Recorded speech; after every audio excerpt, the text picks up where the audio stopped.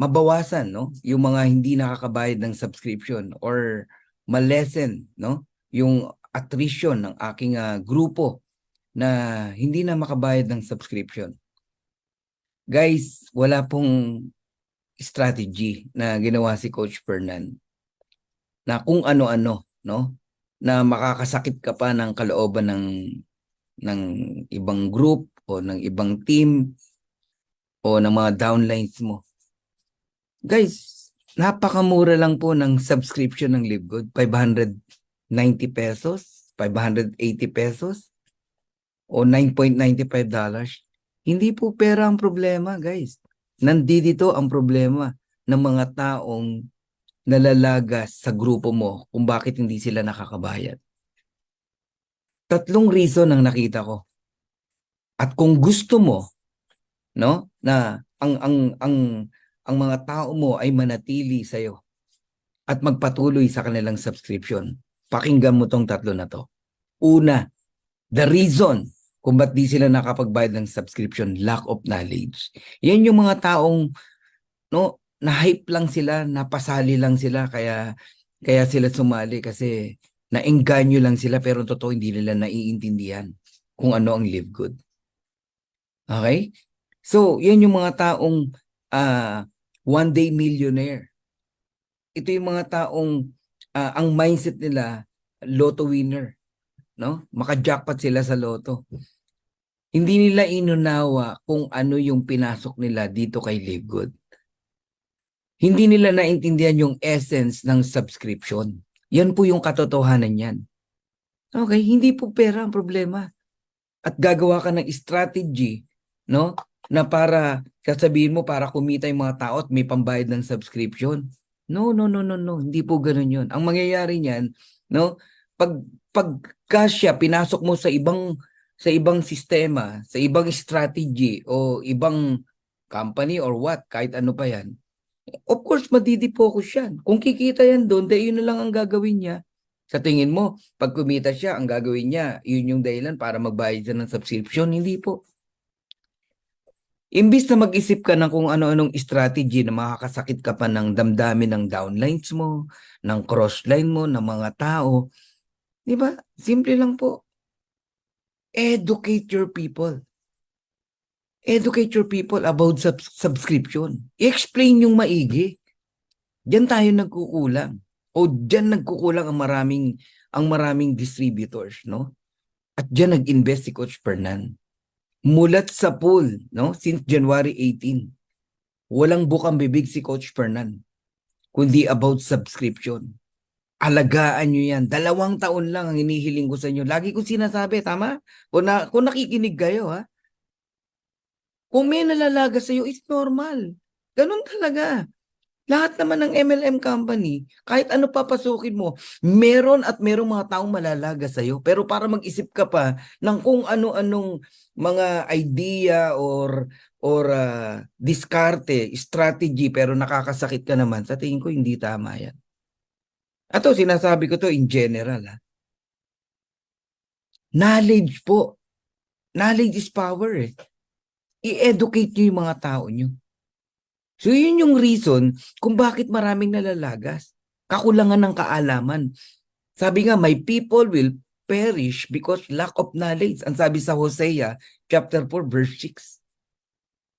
So, ano kailangan mong gawin? Educate your people. Second, poor service ng mga uplines. Hindi lang ikaw. Okay? Hindi lang ako. Lahat tayo upline eh. You need to educate your people about subscription. Ipaliwanag mo ng maayos. Ipaunawa mo kung anong important yan, anong pwedeng idulot sa kanya ng subscription na yan pagdating ng araw. At huwag niyang tignan ng malapitan ang Live Good. Long term po, tagal mo ang nakasubscribe sa Netflix, wala kang kinita pero okay lang sa'yo, nagsasubscribe ka eh. Ang tagal mo nga nakasubscribe sa SNR. Shopping ka ng shopping, okay lang sa'yo, hindi ka naghanap ng income. Ngayon dito kay Live Good, may tinatanggap ka na kahit maliit pa, pero naiinip ka. Bakit? Kasi alam mo na may naghihintay na income dito, kaya lang hindi ka na makapaghintay. Okay? So, ang reason talaga kung ba't nalalagasan ka ng grupo, nawawala yung mga tao, una tanggapin mo, it's normal. Okay? Pero isama mo na dyan yung lack of knowledge and poor service ng mga uplines sa pagpapaliwanag kung gaano kahalaga ang subscription na dapat niyang ingatan, religiously bayaran niya month after month after month. Para ka lang nag-aalkansya. 20 pesos isang araw. At kalokohan na na wala siyang pang-subscription pero sa investment meron. My God, yan ang hindi ko naiintindihan. Pangatlo, ang kailangan nyo pong gawin, ipasa nyo kung ano yung vision meron ka as a leader sa mga taong nakikinig sa'yo. Transfer your vision. Kung ikaw mismo na upline leader, wala kang vision, hindi ka visionary, saan mo ililid ang tao? Saan mo dadalhin ng tao?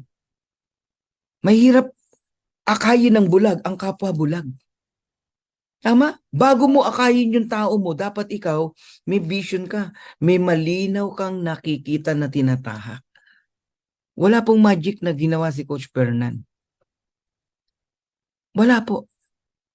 Sipag lang, tiyaga lang, sakripisyo, no?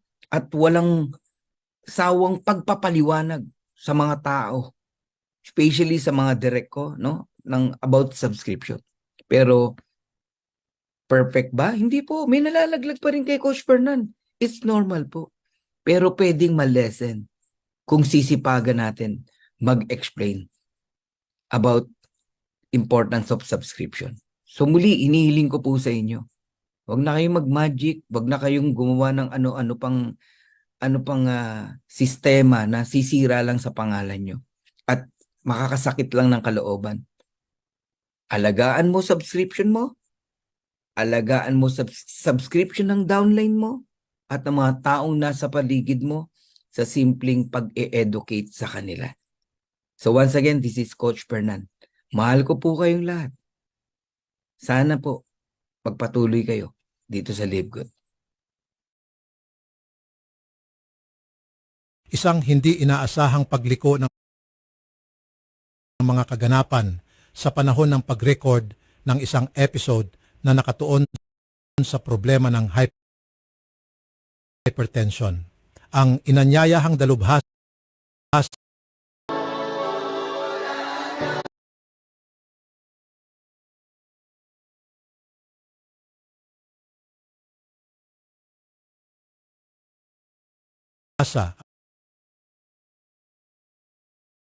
at iginagalang na cardiologist ay